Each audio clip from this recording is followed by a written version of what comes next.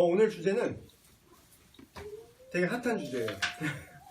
삼위일체 하나님에 대해서 얘기를 하려고 합니다. 여러분, 교회를 오래 다녔는데 삼위일체의 개념에 대해서 사실 누가 이렇게 물어본 적 없어요?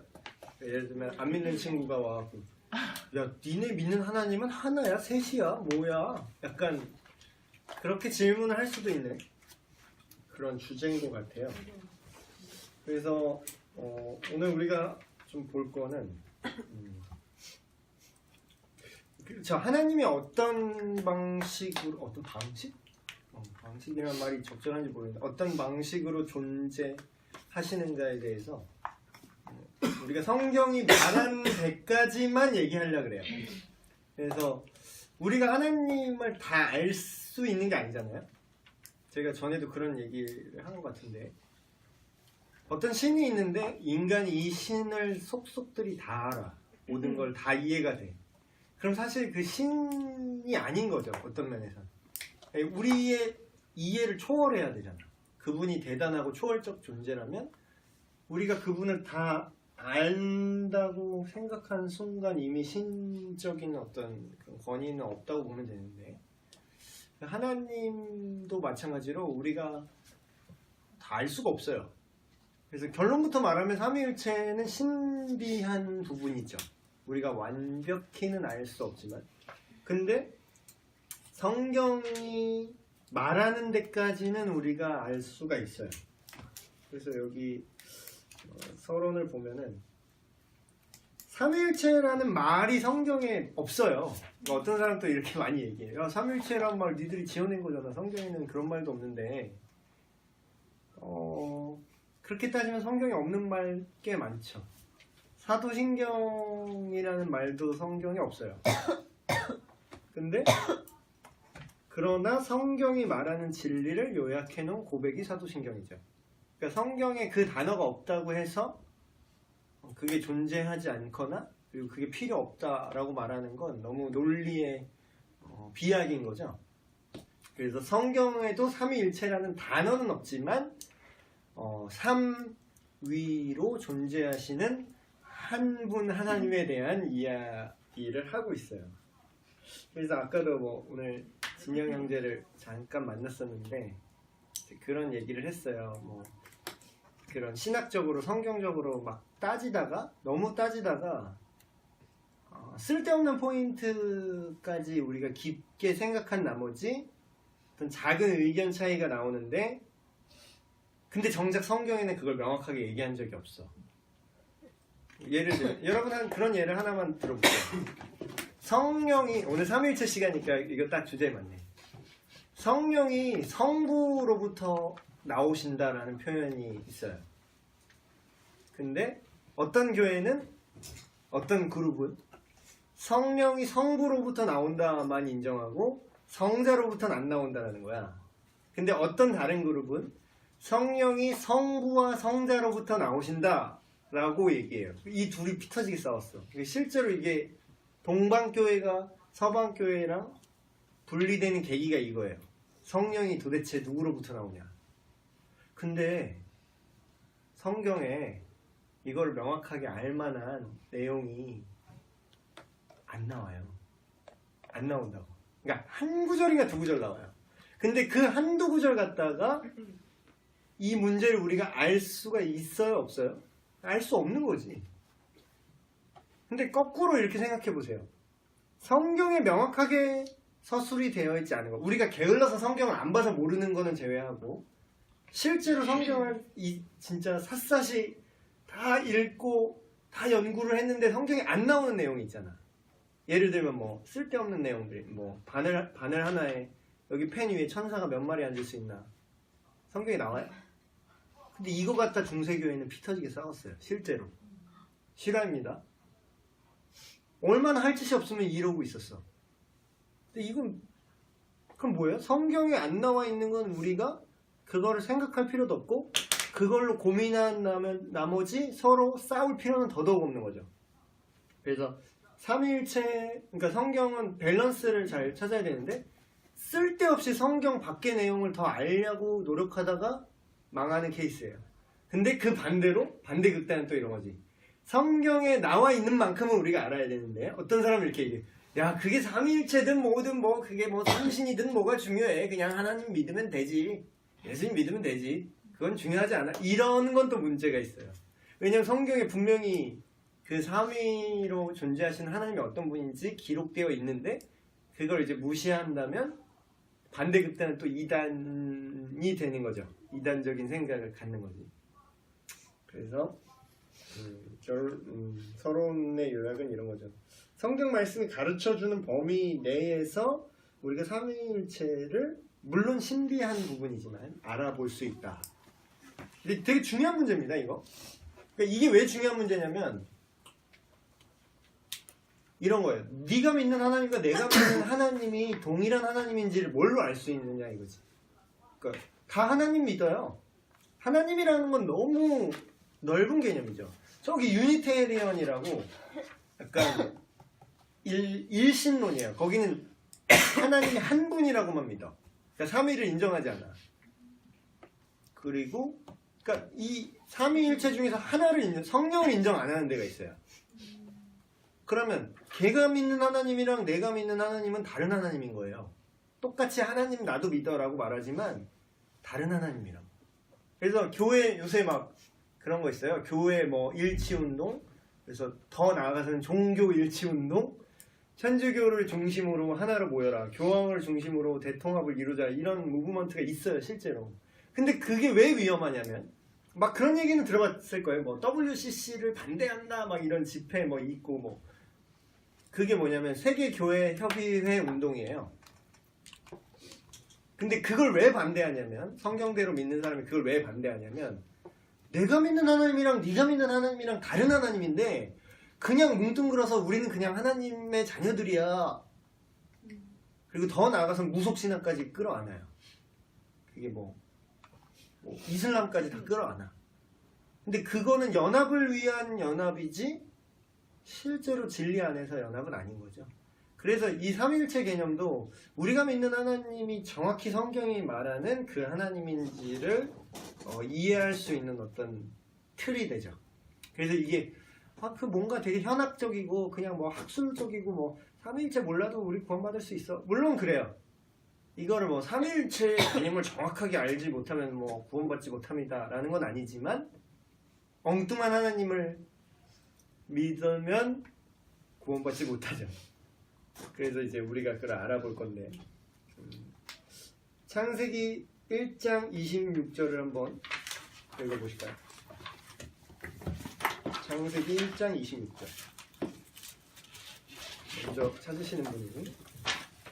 먼저 찾으시는 멋진 분이 읽어주세요. 하나님이 가라사대 우리의 형상을 따라 우리의 모양대로 우리가 사람을 만들고 그로 바다의 고기와 공중의 새와 육식과 온 땅과 땅에 피는 모든 것을 다스리게 하자 하시고. 자, 하나님이 가라사대 뭐라고 해요? 주어가 뭐가 나오죠? 우리. 이상하지 않아요? 왜 우리라 그러지 하나님이? 자기 자신을 일컬을 때?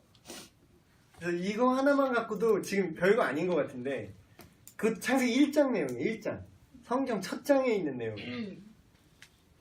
근데 이거 갖다가 지금까지 싸워요. 근데 여러분 이게 지금도 PT기에 싸워. 지금도. 근데 이 이론 중에 이거를 이해 안 되는 이 내용을 이해하는 이론 중에 두 가지가 있어요. 대표적인 거. 하나는 이런 거예요. 이거 진짜 너무 진짜 대단해가지고 내가 논문이 있어요. 이게 논문까지는 아니고 약간 소 아티클이라고 해야 되나? 논문의 일부분이죠. 그게 너무 좋은 게 있는데 그걸 여러분 다 주고 싶었어. 사실 마음 같아서는. 근데 그거 읽으면 또 여러분 또 졸릴까봐. 나는 그게 좋은데 여러분 읽으면 졸릴까봐 제가 그냥 말로 할게요. 정말 간단하게 요약해서. 첫 번째 의견은 이런 거예요. 야, 하나님이 한 분이래잖아. 하나님이 어떻게 복수가 될 수 있어.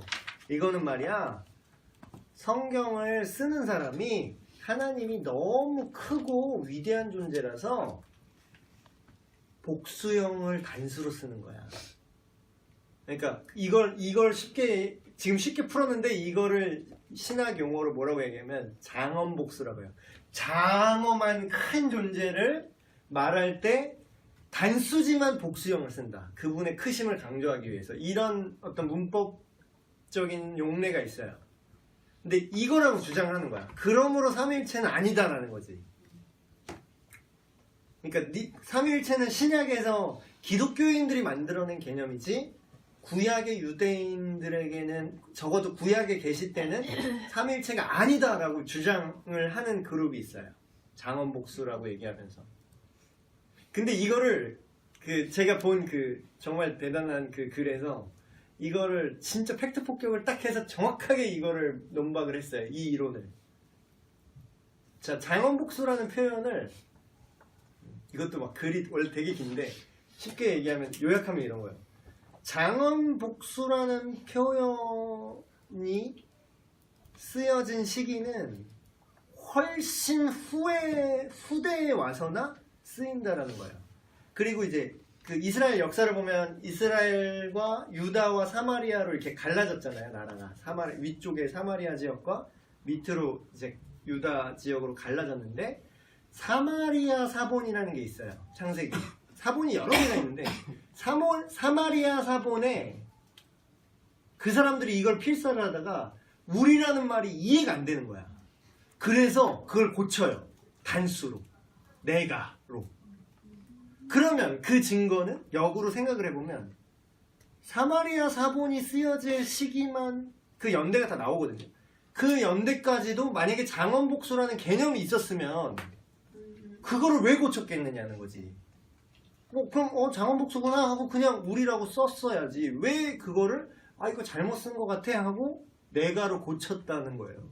그럼 뭐예요? 그 시대에는 장엄복수라는 개념이 없었고 이 성경이 쓰여지던 시기에는 그리고 훨씬 뒤에나 장엄복수라는 개념이 나중에 생긴 거라는 거지.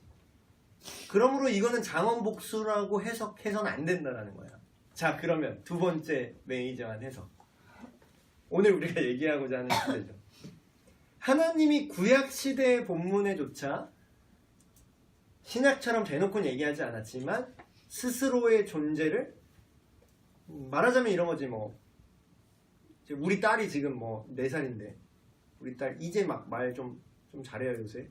이제 막 말하는 애한테 나를 걔한테 설명을 하는 거야. 아버지를 네 아빠인 나를 너한테 내가 설명할게. 이 아빠는 말이지 학사하기가 어디에 학교를 나와서 그 학교는 어디에 있는데 그래 성경 주해라는 말이지 얘야. 나는 이런 일을 한단다. 그걸 내가 가타부타 다 설명하면 얘가 알아먹어요? 못 알아먹죠? 아빠는 그냥 사람들이 하나님을 잘 모르니까 하나님 알려주고 있어. 그냥 뭐 이렇게 되게 뭉뚱그려서 얘기를 하죠. 그러니까 창세기의 초기 계시는 거의 그런 식이에요. 자세하게 얘기를 안 해. 근데 할 말은 다 들어있어요. 그 안에. 그러니까 함축적으로 들어있어요. 예를 들면 우리라는 표현들. 이게 삼위일체를 대놓고 얘기를 하고 있진 않지만 이걸 암시하고 있죠. 한 분 하나님이라고 분명히 구약에는 나 여호와는 오직 하나의 존재다라고 얘기하는데 왜 스스로 우리라고 표현하지? 이게 삼위일체 증거가 될 수 있다는 거죠. 그리고 마태복음 3장 16, 17절 찾으시는 분 한번 읽어주세요. 마태복음 3장 16, 17절. 예수께서 세례를 받으시고 곧 물에서 올라오실 때 하늘이 열리고 하나님의 성령이 비둘기같이 내려 자기 위에 임하심을 보시더니 하늘로서 소리가 있어 말씀하시되 이는 내 사랑하는 아들이요 내 기뻐하는 자라 하시니라. 네. 자, 여기에 이게 되게 수수께끼 같잖아요. 예수님이 세례를 받으신 장면이에요. 근데 성령을 따로 언급해. 근데 성령이라는 건 여기는 이 책에는 교재에는 나오지 않았지만 성령이 신약시대에 갑자기 나온 게 아니에요. 구약 본문에 이미 나왔어요. 하나님의 영, 그러니까 여호와의 영, 여호와의 신 이런 표현으로 이미 나와요. 성령이. 구약에도 이미 나왔던 존재라고요. 근데 그걸 성령으로 표현해서 비둘기같이 내려오죠, 성령이. 자, 보세요. 육체를 입은 예수님은 세례를 받으시는 중이에요. 근데 하늘에서 성령은 내려와요. 근데 하늘에서 누가 얘기를 해. 이는 내 사랑하는 아들이고. 하나님 아버지는 하늘에서 소리로 얘기하시고 성령은 비둘기같이 내려오시는데 세례를 받는 분은 예수님이에요. 자, 여기서 또 다른 구절 하나만 더 볼게요. 마태복음 28장 19절. 찾으시는 분 읽어주세요. 마태복음 28장 19절.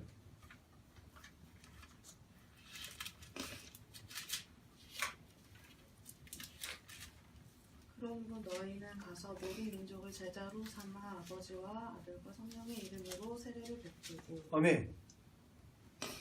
왜 이상하지 않았어요? 이렇게 얘기할 때 이상하지 않았어요? 성경에 읽다가 아버지와 아들과 성령의 이름이래요. 아니, 예수 그리스도의 이름으로 주면 안 되나? 하나님의 이름으로. 하나님의 이름으로. 근데 구약 시대에는 내가 여호와의 이름으로 일컫는다라고 맹세할 때 이제 성부의 표현을 쓰는데, 신약 시대에 오면은 하나님의 이름으로는 표현이 거의 안 나오게 되고 그리스도 이름으로 성령의 능력으로 이런 표현이 나와요. 근데 그게 신기한 건 그거를 서로 막 칭환해서 써. 이거를 그러니까 뭐가 돼도 상관없다는 식으로. 예를 들면 이런 식이죠. 성령님이 오셨어. 그러니까 예수님이 내 안에 있어. 막 이런 식이야. 이걸 막 바꿔. 하나님의 뜻대로 행해야 돼. 그러니까 내 말을 들어. 이런 식이야, 예수님이. 그 자리를 계속 치환해서 써요. 이 삼위의 개념들을. 그러니까 정확하게 이러니까 헷갈리는 거야. 성경에 삼위일체를 믿어라 라고 이렇게 딱 써 있으면 깔끔할 텐데 그렇게는 대놓고는 안 써 있어요. 삼위일체라는 말이 없어. 그런데 성경을 보면 그런 개념이 계속 나오는 거야. 그것도 한두 군데가 아니에요. 자, 그러면 삼위일체에 대한 잘못된 개념 중에 하나가 이런 게 있어요. 양태론이라고. 양태론 많이 들어봤죠? 유명해요. 양태론이 뭐냐면요, 이런 거예요. 자, 여기 있으면은 나는 누구지? 신목사지. 집에 가면 내 아내한테는 남편이지, 신랑이지. 우리 시마미한테는 아빠지. 그러니까 나는 아빠도 되고 목사도 되고 남편도 되는 거야. 이게 양태론이에요. 근데 이게 왜 틀렸는지 아세요? 이게 삼위일체를 설명할 수 없는 거는 뭐냐면, 아까 예수님이 세례 받으실 때 내지는 예수님 십자가에 달리실 때를 생각해 보세요. 자, 예수님이 세례를 받는 존재는 여기 앉아 있어. 앉아 있다가 갑자기 비둘기로 변해갖고 내려오다가 갑자기 하늘에 올라가서 내 사랑하는 아들이요 하다가 그게 납니다. 이게 맞아요? 이건 정신병자지. 이건 다중인격인 거예요. 이건 다중인격인 거야. 그러니까 양태로는 하나님을 다중인격자로 만드는 거예요. 그러니까 분명히 독립적으로 사역하잖아. 그리고 진짜 확실한 거는 십자가 사건을 보면 돼요. 제가 복음을 여러분한테 설명을 할 때 십자가의 그 의미에 대해서 디테일하게 얘기를 하면 이런 얘기가 나와요. 자, 십자가에 예수님이 왜 달리셨죠? 예수님이 십자가에 달리셨다라는 건 너무 잘 알고 있죠, 우리가. 왜 달리신 거예요? 하면 여러 가지 말이, 우리 죄 때문에 이게 스탠다드한 대답이죠. 그럼 우리가 누구한테 죄를 진 거죠? 누구한테 죄를 진 거지? 하나님한테. 더 정확하게 말하면 우리가 왜 죄를 지어요? 원죄가 있죠? 원죄는 누구한테 지은 거죠? 아담이? 더 정확히 말하면 성부께. 왜냐하면 성부 하나님이 물론 다 창조, 삼위일체를 말하면 다 삼위 하나님이 다 창조하신 거지만 성경에 정확하게 그 삼위의 사역을 나눠서 보면 하나님 성부께서 창조를 하셨는데 성부께 죄를 졌어요. 인간이. 그럼 누가 대신 죄를 그러면 짊어지는 거죠? 성자 예수 그리스도가. 자, 그럼 예수님이 십자가에 달리는 거는 성부께 진 죄를, 물론 이것도 또 이렇게만 얘기하면 또 누가 삼신론이다 또 막 이래요. 삼신론, 신이 세 개야. 삼신론은 또 너무 불리한 거야. 너무 불리하면 삼신론이 돼요 또. 그러니까 삼신론은 이런 거지. 셋이 합쳐 하나다. 이게 삼신론이에요. 근데 그건 또 아니거든요. 이게 좀 말로 설명이 되게 애매한데, 이따가 물론 이해를 돕기 위해서 여러 가지 비유를 할 거긴 해요. 근데 십자가 사건만 보면 십자가를 그러면 누구의 능력으로 그 사역을 감당한다고 나오죠? 정확히 말하면 성령께서 십자가 사역을 감당할 수 있도록 이끄신다고 나와요. 성경에 보면. 성령께서 예수님을 광야로 이끌고 성령께서 십자가 사역을 감당할 수 있도록 이끌어 가시고, 그리고 그 죄에 대한 대가 지불은 성부 하나님께 예수님이 하는 거예요. 근데 그 증거가 제가 그냥 지어낸 게 아니라 성경에 예수님 십자가에 달렸을 때 하시는 발언들이 있어요. 그 중에 하나가 이런 거야. 아버지여 어찌하여 나를 버리시나이까. 근데 만약에 양태로는 이거야. 내가 달리는데 아버지여 나를 버리시나, 내가 너의 죄를. 말이 안 되잖아요. 그러니까 양태론을 얘기하면 십자가의 대속 사역을 설명할 수가 없어요. 그러니까 십자가 개념이나 예수님 세례 받으실 때 개념이나 분명히 삼위의 존재가 각각의 상호작용을 한다는 말이죠. 이게 하나가 진짜 말 그대로 일신이 아니라, 그러니까 어차피 나는 심도안인데 역할만 세 개가 아니라는 거죠. 존재적으로 분명히 분할돼서 사역하는 부분들이 분명히 존재해요. 성경을 보면. 그래서 이제 정답부터 말하면 이런 표현을 써요. 동일한 본성 안에 세 가지 품성을 가지고 있다 하면 다중인격이에요. 근데 이게 말 하나 아다르고 어다르고, 품성을 가지고 있는 게 아니라 품성으로 존재하신다. 하나의 본성으로 세 가지 품성으로 존재하신다. 하나이자 셋, 셋이자 하나. 이게 참 헷갈리죠? 제가 이거를 설명하기 위해서 어떤 무슬림이 이렇게 기독교 변증하는 그 교수님, 유명한 교수님인데 그 교수님한테 이런 질문을 했어요. 무슬림은 일신론인 거 아시죠? 무슬림은 알라, 오직 유일신 알라, 삼위일체 개념이 없어요. 그래서 기독교를 공격하는 거예요. 이 무슬림이 질문하면, 아니 코란에는 알라, 신은 하나라고 했는데 니네는 왜 변태같이, 왜, 물론 이런 표현 쓰진 않았어요. 그냥 제가 편의상 그렇게 말해요. 니네는 뭐 이상하게 흉측하게 이상한 이해 안 되는 세 가지의 신을 믿는 거냐라고 삼위일체를 공격하는 질문을 했어요. 근데 이 변증가가 대답을 한 게 진짜 걸작이야. 진짜 깜짝 놀란 게 이런 얘기를 하는 거예요. 자, 여러분도 한번 생각해 보세요. 여러분, 하나님은 사랑이시다, 이런 표현 알죠? 성경에 보면 하나님은 사랑이시다, 아니 하나님이 사랑이 많으시다가 아니라 하나님은 사랑이시라 라고 얘기해요. 그 정도로 하나님과 사랑에 대해서, 사랑은 하나님의 속성이라는 거죠. 자, 근데 생각해 보세요.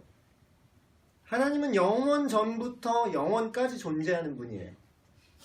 그러면 하나님만 계시고 아무것도 없던 시점이 있을까요? 없을까요? 당연히 있겠죠? 이 세계가 하나님의 피조물이기 때문에. 하나님은 영원 전부터 홀로 계속 존재하셨어요. 자, 근데 여기서 생각해 봅시다. 사랑을 혼자 할 수 있나요? 이렇게 하나? 난 날 사랑해.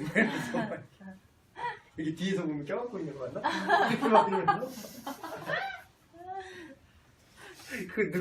누가 쫓길 때 막 이렇게 혼자 가고 이렇게 껴안고 있는 것처럼 막 이렇게 드라마에서 막 나오던데? 꽁트 같은데?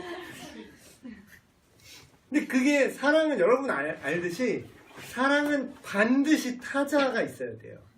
그러니까 사랑은 왜냐면 관계거든. 그러니까 나는 나를 사랑해. 이것도 뭐 어느 정도는 우리는 생각으로는 그게 뭐 가능하다고 얘기하지만 나르시즘 뭐 이런 얘기하죠. 내가 나를 사랑하는 거.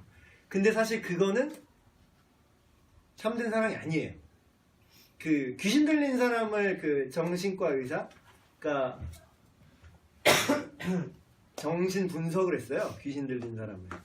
그래서 이제 악마를, 그러니까 귀신을, 그 악한 영을, 물론 그 사람에 들어간 악한 영이지만 그 사람을 통해서 사탄의 정신 분석을 한 거야. 그러니까 귀신의 정신 분석을 한 거죠. 그 정신과 의사가. 참 독특해. 미국 사람들은 참 진짜 덕질이 덕중에 덕은 양덕이라고. 그런 걸 했어. 그런 걸 실험을 했어. 근데 너무 신기하고 그 귀신 들린 표본을 또 어떻게 구했는지 몰라. 근데 그 정신 분석한 사람이 소름 끼치는 결과가 나왔어요. 어떤 분석이 나왔냐면 악마, 그러니까 사탄의 귀신의 그 정신 세계에는 뭐냐면 분석을 해서 나온 게 지독한 나르시즘이에요. 극단적인 나르시즘이 나온 거야. 그러니까 정신과 의사가 분석하듯이 분석을 하니까. 그건 뭐야? 내가 중요해. 내가 잘났어. 내가 뛰어나지 않으면 질투가 나. 내가 높아져야 돼. 그러니까 그게 사탄적인 속성이라는 거죠. 그러니까 내가 나를 사랑한다는 거는 우리가 막 그런 얘기 하잖아요. 그냥 인문학 이렇게 얘기해서 너를 좀 사랑할 필요가 있어. 근데 그거는 타자를 사랑하는 관계 안에서 나를 사랑하는 얘기지 진짜로 나만 사랑하잖아요? 그게 사탄적인 속성이에요. 정말로 나만 사랑하는. 근데 하나님은 사랑이시라는 거야. 근데 하나님 외에 아무것도 없던 시점이 있잖아요. 그럼 어떻게 사랑을 할 수가 있지? 그렇게까지는 생각해 본 적 없죠. 근데 만약에 그러면 하나님이 결핍인 건가? 혼자 사랑할 수 없잖아. 그럼 하나님이 뭔가의 관계에 있어서 결핍이 있다고 볼 수도 있잖아요. 근데 하나님은 완전하대. 성경에서. 하나님은 뭐가 아쉬워서 우리를 창조한 게 아니야. 근데 그 증거가 어디 있냐라는 거죠.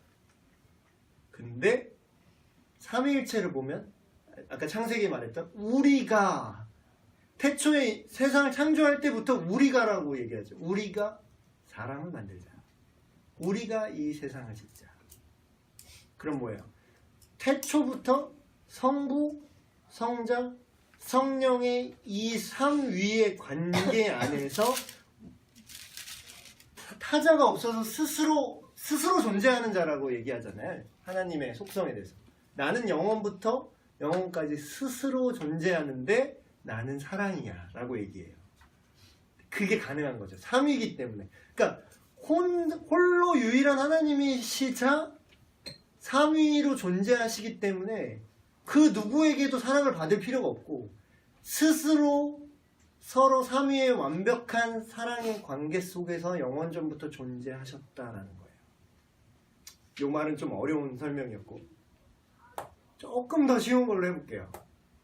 조금 더 쉬운 또 이제 음악 하시는 분이 있으니까 또 음악으로 저는 이 설명을 하는 게 좀 좋아요.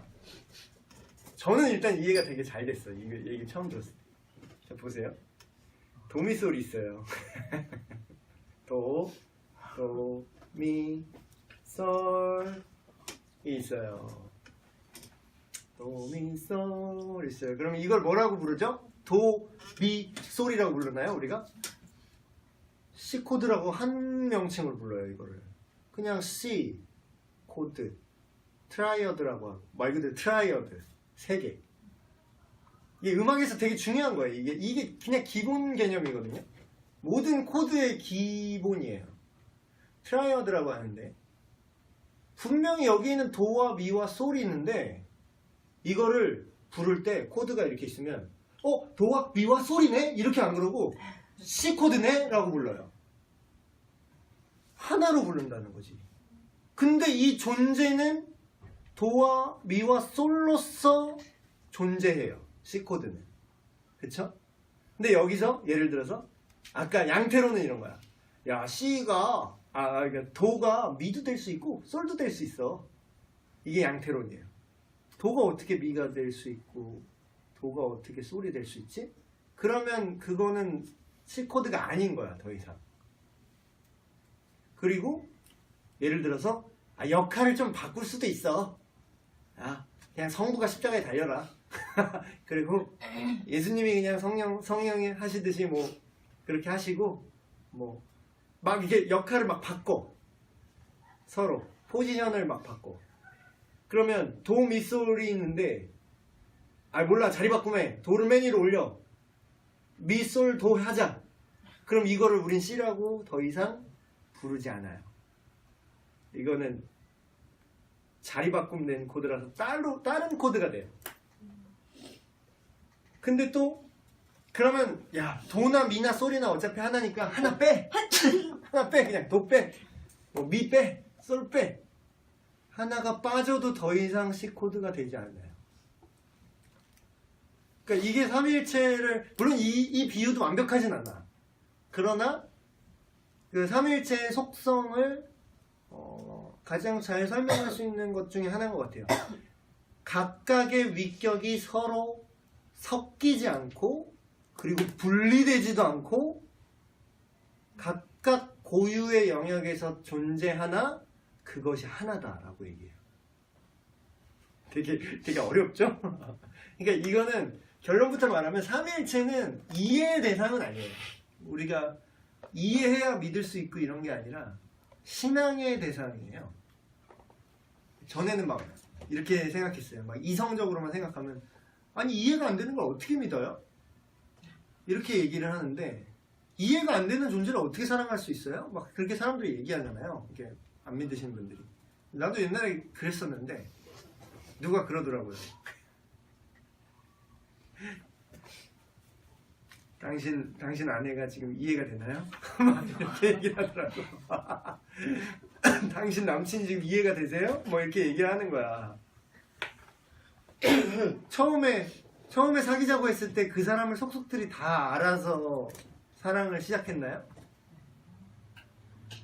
그 말이니까 그게 딱 이해가 되더라고. 우리가 이성으로, 그러니까 어떤 지식으로, 지성으로 그 사람의 존재를 우리가 완벽히 알아서 그 사람을 믿고 사랑하게 되는 게 아니라 사랑이 찾아오면 알아감이 뒤따르는 거구나. 그래서 삼위일체도 우리가 삼위일체를 이해하지 못하기 때문에 믿지 못하겠습니다가 아니라 믿으면 삼위일체가 이해가 돼요. 그러니까 거꾸로 됐어. 근데 이게 되게 웃긴 거야. 이게 진짜 작은 차이인데 믿는 사람은 이해가 되는데 안 믿는 사람은 이해가 죽었다 깨도 안 돼요. 이게. 그러니까 제가 이렇게 얘기해도 여러분이 믿으니까 그런 성경의 내용을 어느 정도 아니까 그렇구나, 그럴 수 있겠다. 왜냐면 이게 섞이지도 않고 나뉘어지지도 않고 그렇지만 셋으로 존재하시지만 또 하나라고 그러고, 그러니까 성경에 그렇게 말하니까 우리는 그게 받아들여지지만 이거를 그냥 안 믿는 사람이 뭐 도울 이런 분들이 이거를 얘기하면은 무슨 소리야? 막 이렇게 되는 거지. 성부와 성자의 관계에 대해서 한번 볼까요?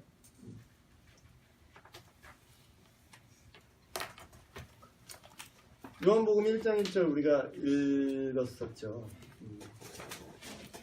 태초에 말씀이 계시는데 그 말씀이 곧 말씀이 하나님과 계셨고 또한 그 곧 하나님이시다, 이런 표현을 해요. 근데 이게 왜 굳이 분리를 했을까? 야, 그냥 하나님이 예수님이고 예수님이 하나님이야, 성령님이 하나님이야, 이렇게 말해도 맞아요. 틀린 말은 아니에요. 근데 굳이 분리해서 또 얘기해요. 이 말씀이 예수님이다. 그래서 예수님이 성부와 다른 위격이시면서 같은 하나님이라는 사실을 성경이 증명하고 있죠. 그리고 다른 성경에도 뭐 나와 아버지는 하나이니라, 뭐 이런 표현들, 예수님이 스스로 그냥 자기가 그렇게 얘기했어요. 요한복음 14장 9절 한번 찾아볼까요? 그러니까 이거를 예수님은 존경하는데 예수님이 한 말은 안 믿는 사람들이 너무 많은 거지. 요한복음 14장 9절 먼저 찾으시는 분. 예수께서 이르시되 빌립아 내가 이렇게 오래 너희와 함께 있으되 내가 나를 알지 못하느냐 나를 본 자는 아버지를 보았거늘 어찌하여 아버지를 보이라 하느냐. 그렇죠. 나를 본 자는 아버지를 보았다. 이거 대놓고 예수님이 나와 아버지는 하나라는 사실을, 그러니까 성부와 성자의 관계에 있어서 분명히 다른 위격으로 있지만 동일한 존재라는 걸 계속 얘기해요. 그리고 사도행전 5장 3, 4절 보면 아까 제가 한 내용이에요. 베드로가 이렇게 책망하죠. 네가 하나님께, 정확히 말하면 이렇게 얘기구나. 네가 성령을 거슬렀으니 하나님께 죄를 지었다. 뭐 이렇게 그걸 치환했었어요. 그러니까 하나님을 얘기해놓고 네가 성령을 거슬렀다라고 얘기해요. 그 얘기는 뭐예요? 성령이 하나님이라는 거예요. 되게 헷갈리는데 계속해서 얘기는 하고 있어. 그래서 제가 또 이거를 어렴풋하게, 그러니까 여러분이 이걸 지성으로 완전히 이해할 수는 없어요. 근데 힌트처럼 계속 이렇게, 뭐랄까, 힌트처럼 이렇게 좀 이 느낌이라고 해야 되나? 이 이미지를 계속 그리는 거예요. 정말 또 대단한 게 애들한테 이런 얘기를 한번 하는 거예요. 야, 너 기도 누구한테 해야 돼? 하나님한테 해야 돼요? 예수님한테 해야 돼요? 성령님한테 해야 돼요? 선생님 헷갈려요. 왜 성경에 예수님, 하나님 믿어야 구원받는다는 얘기 안 하고 예수님 믿어야 구원받는다 그러는데, 근데 예배는 또 하나님한테 드린다 그러고 막 되게 헷갈려해. 초등학생 막 이런 애들이.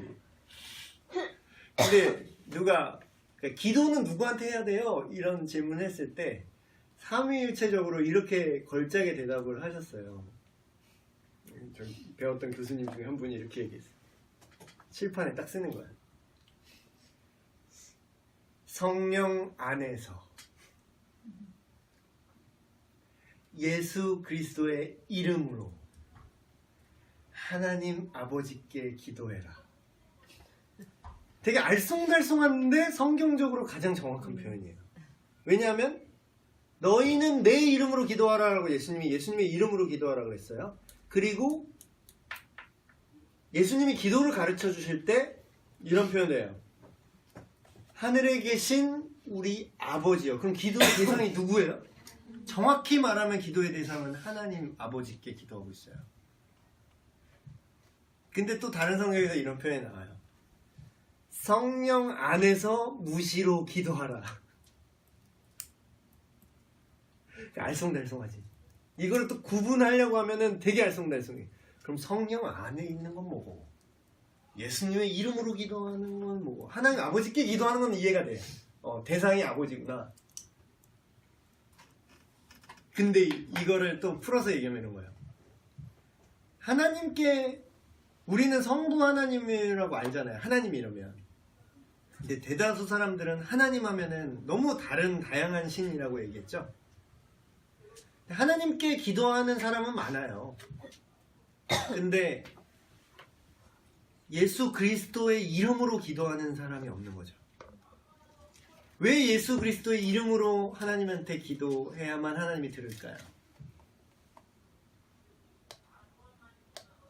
죄사함을 받은 자만이 하나님께서 들으시는 거죠.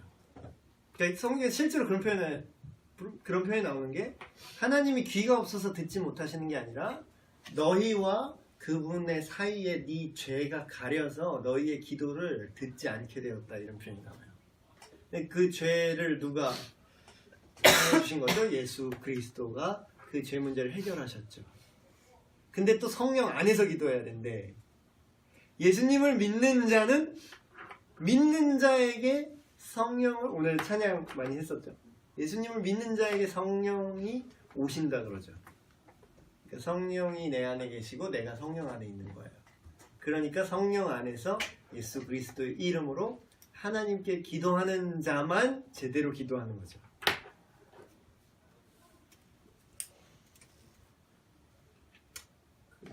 넘어가 보네. 그래서 이게 사역상의 아까는 존재론적인 삼위일체를 얘기했는데 사역상의 삼위일체라는 개념이 또 있어요. 그건 뭐냐면 역할이 좀 구분되어 있는 거죠.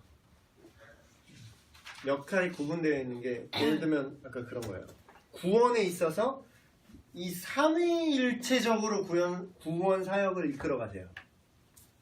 근데 이거를 또 정리를 하면 이런 거야.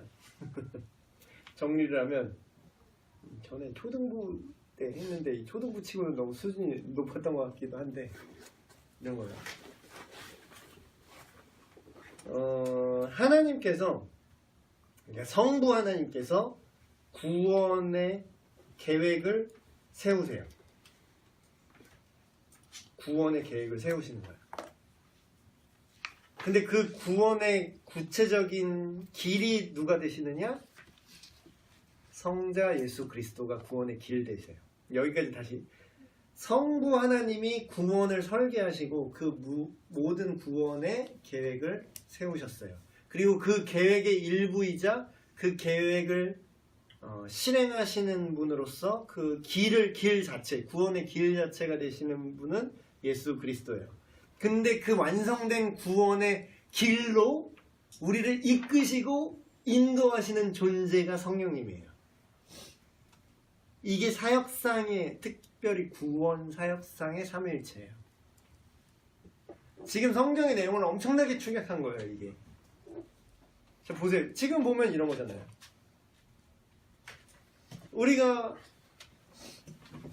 우리를 창조하셨으니까 구원 받고 말고가 이제 존재하겠죠. 그리고 이미 타락한 하나님 싫다고 내 마음대로 할 거라고 타락한 인간들인데 그 인간들에게 구원의 길을 설계하신 분이 성부 하나님인데 실제로 예수님이 그 구원의 길 되셨고 근데 오늘날 우리가 생각해 보세요. 우리가 예수님을 믿지만 그 예수님 안에서 우리가 끝까지 살아가도록 우리를 인도하시는 존재가 누구라 그랬죠? 그래서 성령을 예수님이 보낸다고 그러잖아요. 내가 아버지께로 가고 성령을 너에게 보낸다. 이거를 약간 이런 표현이 좀 웃기긴 하지만 위치적으로 정확하게 각각의 위격이 지금 어디 존재하시는지를 굳이 설명하면 이런 거예요. 예수님은 지금 어디 계세요? 내 마음속에 여기 우리 모인 우리 중에 믿는 우리 중에 계세요. 뭐 이것도 말이 돼요. 근데 좀 더 엄밀하게 말하면 하나님 우편에 빙고. 지금 성부 하나님 보좌 우편에 계세요. 그게 뭐 3층 천인지 그 하늘을 말하는 표현이 그 헬라어 그러니까 성경이 쓰여진 언어에 3가지 있는 거 아세요? 첫 번째 표현은 우리가 보는 그냥 공기 있잖아요. A란가 지금 까먹었네. 어쨌든 A란가 그런 표현이 있어요. 그건 뭐냐면 거기서 영어에 air라는 게 나왔어요. 파생됐어요. air. 공기, 공중 이런 뜻이에요. 그러니까 첫 번째 하늘이지. 우리가 보는 그냥 눈으로 보이는 하늘. 그리고 코스모스라는 개념이 있어요. 코스모스. 우주. 코스모스라는 게 거기서 나왔어요. 진짜 발음도 똑같아. 코스모스. 그게 헬라어예요. 코스모스. 두 번째 하늘이라고 표현해요. 세 번째 하늘이라는 표현이 있어요.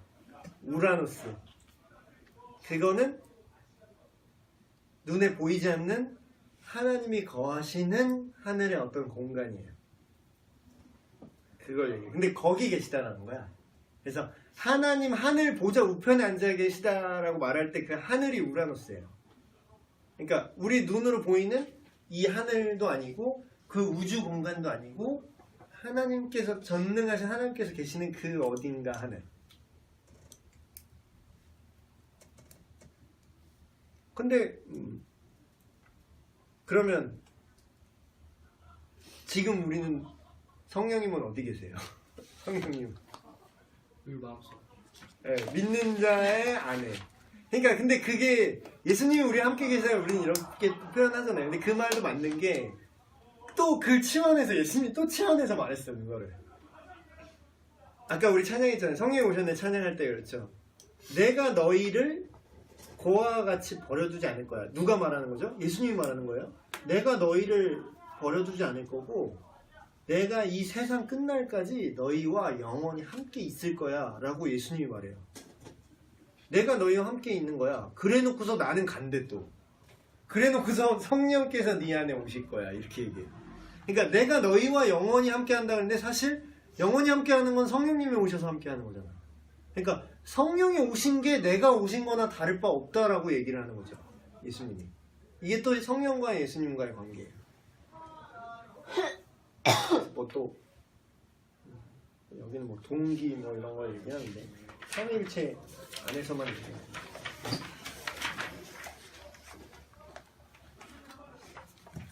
구원의 아까도 다 얘기했네.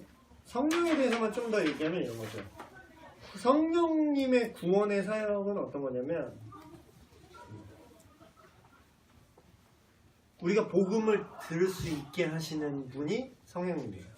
그러니까 성경을 읽을 때 그걸 깨닫게 하시고 이거를 믿을 수 있게 도우시는 존재, 복음을 들을 수 있게 하는 존재, 성령 하나님이라는 거죠. 그리고 믿는 자에게 이런 표현을 써요. 약속으로 성령으로 인을 쳤다 이런 표현이 나와요. 계시록에도 그 성령의 인을 맞지 않은 자는 다 저주를 받고 다 지옥에 간다 이런 표현이 나와요. 결국 그게 뭘까? 막 그런 얘기예요. 막 그 666이 막 머리에 받으면 안 돼요 막 이렇게 얘기하잖아. 666 계시록 막 얘기하면서. 근데 그 666이 그 머리와 그 손에 그 인을 맞는 자는 구원을 받지 못한다 이렇게 표현하고 인? 그러니까 도장 같은 거예요. 근데 그게 비유라는 걸 어떻게 알 수 있냐면 성령님도 그렇게 표현해요. 계시록에 보면 하나님의 인을 맞지 않은 자들은 그 표를 다 받을 거다 이렇게 나와요. 그러면 그게 정말 그들이 얘기하는 것처럼 뭐 정말 음모론자들이 말하는 것처럼 뭐 여기다가 뭐 받으면 안 돼요. 여기다가 받는 순간 지옥 가요. 이게 말이 안 된 게 그거를 그렇게 물리적으로 해석하려면 하나님의 인도 물리적으로 해석해야 되잖아. 아니 거기서 그 계시록을 이거 여기 바꿔 찍는 걸로 해석을 할 거면 하나님의 인을 맞는 것도 그러면 뭐 우리 지금 천국 못 가겠네. 우리도 뭐 하나님의 인 어떻게 생긴 건지 모르겠지만 십자가 이렇게 박아야 되나 여기다? 근데 그건 상징이라는 거예요. 어떤 상징이냐? 하나님의 인을 맞았다는 건 뭐냐? 성령으로 인치신바되었다라고 다른 성경에 나와요. 그러니까 다시 말하면 쉽게 얘기하면 이런 거예요. 믿는 자 안에 성령이 함께 거하시죠. 그 마음속에 성령이 거하시죠. 그거를 인을 받았다라고 도장이 찍혔다. 구원의 도장이 찍혔다. 이렇게 표현을 하는 거예요. 비유적으로.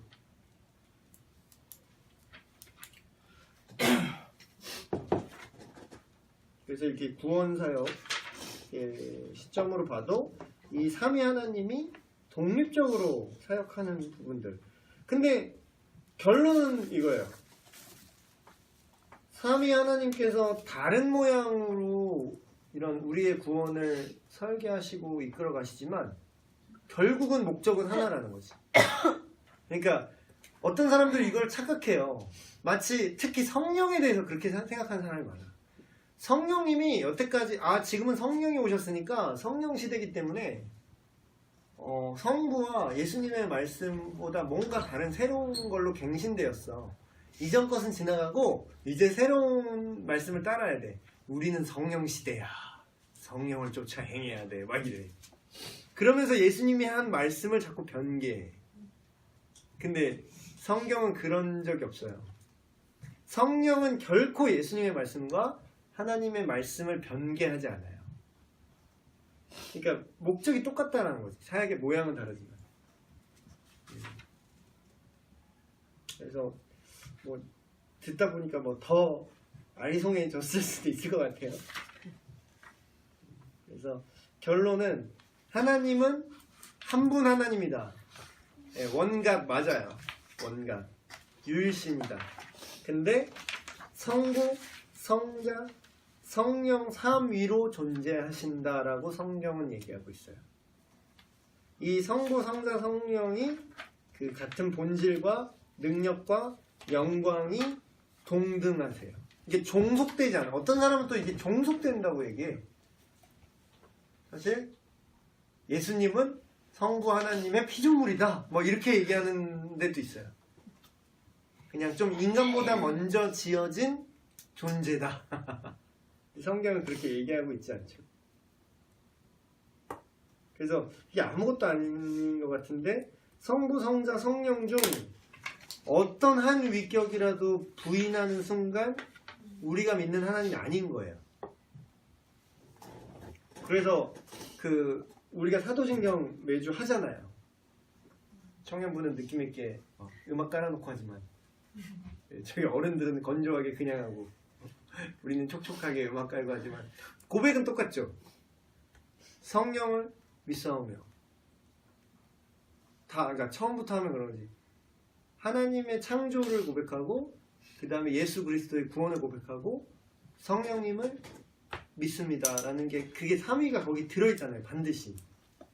그래서 이거를 좀 잘 생각을 해보세요. 그러니까 이거를 지식으로 알려고 그러면은 이해가 안 될 텐데 성경을 이렇게 읽으시다 보면 이 3위 하나님이 너무 많이 나와요. 그래서 이런 내가 믿는 하나님을 엄밀하게 좀 생각하고 묵상하는, 그리고 존재적으로 또 예수님이 다시 오신다라고 얘기하잖아. 그런 건 뭐예요? 성령이 우리와 영원토록 함께 계시지만 다시 오실 예수님이 또 그 안에 하나님의 성부 하나님의 계획도 거기에 포함된 거고, 예수님이 다시 오시는 그 길을 예비하도록 복음을 전하게 하시는 분도 성령님. 그러니까 이게 되게 절묘한 콤비네이션을 계속 이루고 있는 거죠. 그래서 좀 어려운 얘기를 했는데 우리가 믿는 하나님을 더욱더 좀 깊이 있게 다른 하나님을 자꾸 얘기하는 이 세대 속에서 이거는 확실하게 이제 우리가 알아둬야 되는 부분인 거죠. 혹시 오늘 질문이나 그런 거 없어요? 질문 많을 것 같은데, 삼일체에 대해서.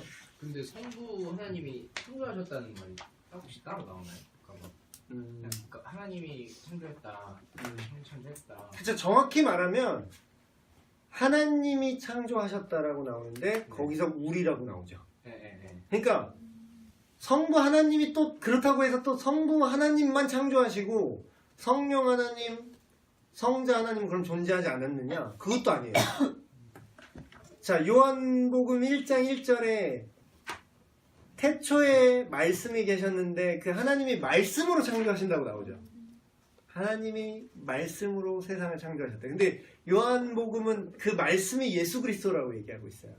그럼 성령님은 없는 것 같은가? 창조 때 성령님은 뭐 놓으셨나?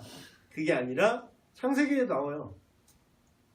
여호와의 신은, 여호와의 영은 그 수면 위에 운행하시더라. 근데 거기 우리나라 번역이 적절한 단어가 없어서 운행하시느라는 애매한 말을 썼는데 그게 원어의 의미는 이런 거예요. 성령께서 이 물질이 창조되기 전에 뭐라고 해야 되지? 마테리얼 어쨌든 어떤 형질을 이루기 전에 그 창조에 예비해서, 그러니까 품고 있었다 이런 단어예요. 원래 뉘앙스는 성령께서 품고 있었다 이런 뉘앙스로 나오거든요. 그 구절이. 그러면 하나님이, 그러니까 하나님이라고 말하는, 그러니까 성부라고 말하는 하나님이 창조를 하시는데 말씀으로 창조하셨는데 그 말씀이 예수 그리스도라고 그러고, 그리고 성령께서 운행하셨다. 우리 번역으로는 운행하셨다. 그럼 창조 때에 삼위일체의 동시적 사역으로 창조가 이루어졌다. 그리고 인간을 만들 때는 대놓고 우리가 우리의 형상과 우리의 모양대로 사람을 만들자라고 대놓고 삼위가 서로 토론하는 게 나오죠. 그러니까 이게 참 그래요. 이게 알면 알수록 놀라운 거지. 모를 때는 되게, 그러니까 이게 부익부 빈익빈이야, 성경도. 그러니까 모르면 모를수록 더 이해 안 되고요. 알면 알수록 더 깊게 알게 되는 거죠. 그래서 근데 그걸 사실 사람들은 그 삼위를 잘 구분 안 하죠. 그냥 하나님이 창조하셨어요. 그냥 이렇게 얘기하지. 근데 아까 그런 맥락이에요.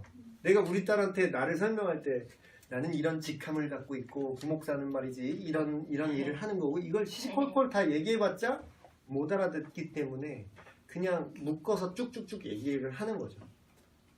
근데 신약으로 올수록 계시가 더욱더 정교해지고 구체적으로 나눠서 얘기를 해요. 그래서 심지어는 그런 삼위일체적인 세례 그런 내용이 나오죠.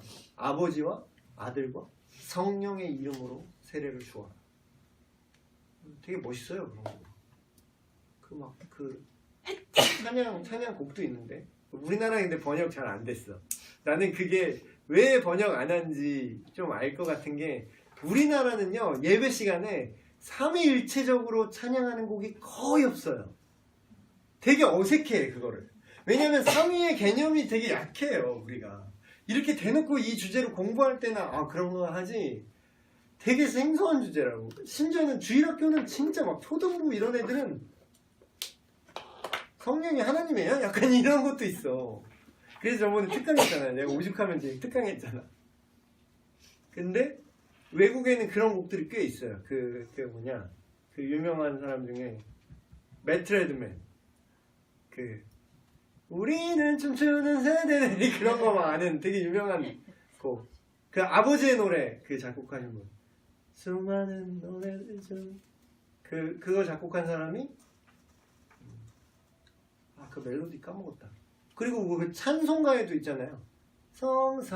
성삼위일체 우리 주로다. 그래서 그 거룩을 3번 하는 게 성삼위를 다 올리는 거야.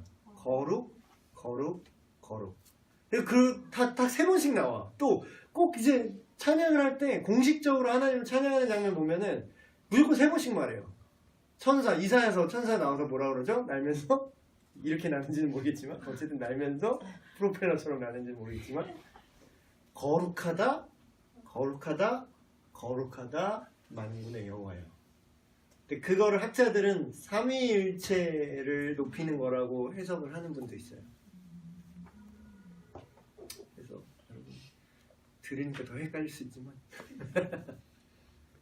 잘 여러분의 믿음을 잘 해나가시고 약간 하나님이 약간 억울할 수도 있을 것 같아요. 이것만 얘기하고 마치면 나는 난데 나에 대해서 모르고 나랑 비슷한 애랑 되게 헷갈리는 거지. 난 줄 알고 막 쫓아가. 옛날에 그런 적 있어요. 제가 어딜 갔는데 워터파크를 아들 데리고 갔어. 워터파크를 아들 데리고 갔는데 들어가면 이제 튜브 바람 넣어야 되잖아요. 튜브 바람 넣으려고 이렇게 갔는데 야 따라와 하고 나 튜브 드느라고 갔는데 얘가 엉뚱한 아저씨 따라가는 거야. 근데 막 울어 막 아니 나는 여기 있는데 나 아빠인 줄 알았대. 자기는 그 사람이 아빠인 줄 알았대. 그래서 헷갈려서 이렇게 따라간 거지. 근데 성경에 왜 이렇게 독특하게 우리가 이해하고 사실 어쩌면 저는 성경이 진짜라고 믿는 증거 중에 하나가 이런 것도 있어요. 왜냐하면 만약에 일부러 내가 이거를 거짓말로 만들어내려면 좀 믿을만하게 만들지 않았을까? 아까 사마리아 사본처럼 우리라고 쓰면은 말이 안 되잖아. 이 사람들이 이거를 못 믿겠다. 야 내가라고 바꿔. 이랬겠지. 이렇게 복잡하게 굳이 만들어냈을까요? 성부, 성자, 성령이 셋인데 하나다라고 이렇게 주장을 했을까? 근데 오히려 그렇게 이해하기 힘든 내용이 있기 때문에 이게 거짓말로 지어내려면 이렇게 지어내지 않았을 거라는 생각이 드는 거지. 그래서 우리가 모르는, 우리를 뛰어넘는 어떤 그 초월적인 하나님이 계시구나라는 걸 오히려 믿게 되는 거예요. 삼위일체 여기까지 얘기했고요. 뒤에 갈수록 흥미로운 주제가 이제 계속 나오더라고요. 다음 주는 죄 이런 얘기. 뭐 재림도 나와 막 뒤에. 되게 재밌는 거 많이. 교리적인 내용을 사실 깊게 이렇게 막 다룰 시간이 이런 때밖에 없는 것 같아요. 계속해서 하시고 조만간 또 우리 온리 침묵을 위한 모임 아마 1월쯤에 한번 하면 어떨까 그런 생각이 있어요. 기도하고 마치겠습니다. 하나님 아버지, 오늘 삼위일체 하나님에 대해서 함께 살펴보았습니다. 우리의 생각을 뛰어넘으시고 영원 전부터 영원까지 존재하시는 하나님, 우리가 성경이 하나님을 알리고자 알려주는 거기까지만 우리가 하나님을 알 수 있습니다. 그러나 마지막 때 하나님께서 우리를 아시는 것처럼 우리 또한 하나님을 깊게 알게 된다고 약속하신 그 약속을 소망하며 그날에 이런 신비로우신 하나님, 우리의 이성을 뛰어넘는 이 놀라우신 하나님을 더욱더 깊게 알게 하여 주시옵소서. 우리가 이 삼위 하나님을 성경 말씀대로 온전히 이해하게 하셔서 좌로나 우로나 치우치지 않는 참된 주님의 자녀들, 주님의 제자들로 살아가게 하여 주시옵소서. 감사드립니다. 우리 주 예수 그리스도의 이름으로 기도하옵나이다. 아멘. 네, 마쳤습니다.